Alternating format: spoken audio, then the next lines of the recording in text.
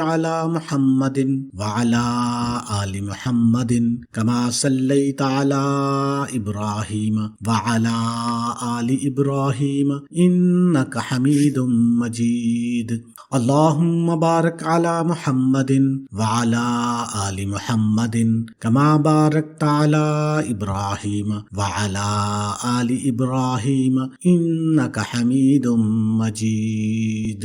آپ نے 11 مرتبہ یہ درود پاک آپ نے پڑھ لینا ہے۔ اگر کسی میرے بہن بھائی کو یہ درود پاک نہیں آتا تو صلی اللہ علیہ وآلہ وسلم بھی پڑھ سکتے ہیں۔ کوشش کریں کہ درود ابراہیمی کو یاد کرنے کی، کیونکہ یہ نماز والا درود ہے۔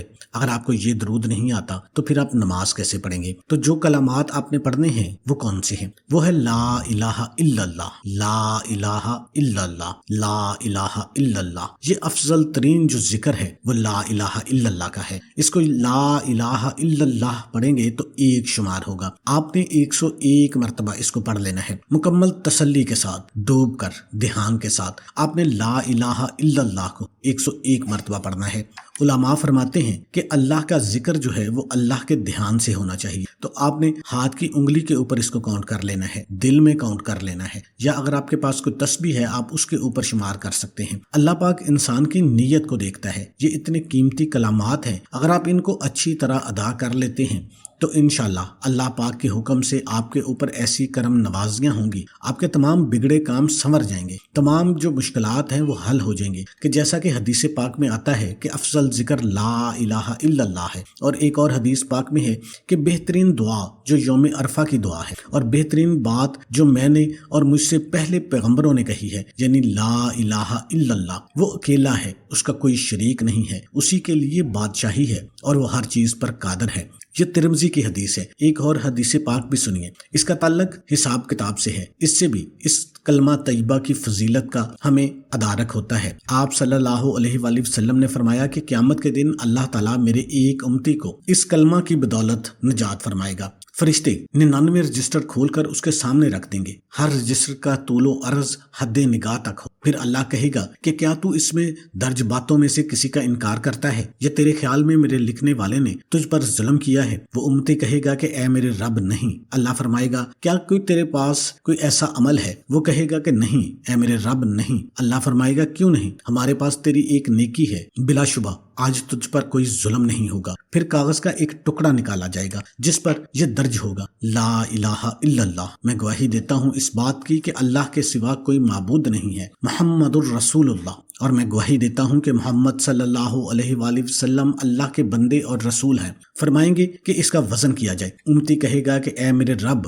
اس ٹکڑے کی ان رجسٹروں کے سامنے کیا حیثیت ہے؟ اللہ فرمائے گا تجھ پر ظلم نہیں کیا جائے گا، بس سارے رجسٹر ترازو کے ایک پلڑے میں رکھ دیے جائیں گے اور کلمہ والا کاغذ کا ٹکڑا دوسرے پلڑے میں رکھ دیا جائے گا۔ کاغذ والا پلڑا بھاری اور رجسٹر والا پلڑا ہلکا ہو جائے گا۔ اس لیے اللہ کے نام کے مقابلے میں کوئی چیز وزن نہیں ہو سکتی۔ اس لا الہ الا اللہ کی اتنی فضیلت ہے۔ ایک اور حدیث میں ہے کہ آپ صلی اللہ علیہ وآلہ وسلم نے فرمایا کہ حضرت نوح علیہ السلام نے اپنے بیٹے کو 2 باتوں کی وصیت فرمائی۔ ان میں سے ایک بات یہ تھی کہ میں تجھے لا الہ الا اللہ کا حکم دیتا ہوں۔ پھر اس کی مزید فضیلت بیان فرمائی کہ 7 آسمان اور 7 زمین اگر ایک پلڑے میں اور لا الہ الا اللہ دوسرے پلڑے میں رکھ دیا جائے تو یہ دوسرا پلڑا اس کلمے کی وجہ سے بھاری ہو جائے گا، اور اگر 7 آسمان اور 7 زمین ایک پلڑا ہلکا ہو جائے گا تو وہ اس کو توڑ دے گا۔ جب آپ اس عمل کو کرو گے انشاءاللہ آپ دیکھو گے کیسے آپ کے کام بنتے چلے جائیں گے۔ جو بھی آپ کے کام اٹکے ہوئے ہیں وہ صحیح ہو جائیں گے۔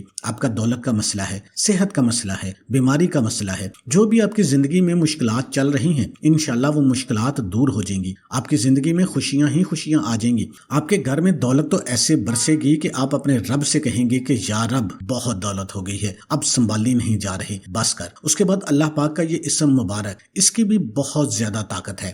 آپ نے اللہ پاک کا یہ اسم مبارک یا ولیو یا ولیو یا ولیو، اس کو بھی آپ نے 101 مرتبہ پڑھنا ہے۔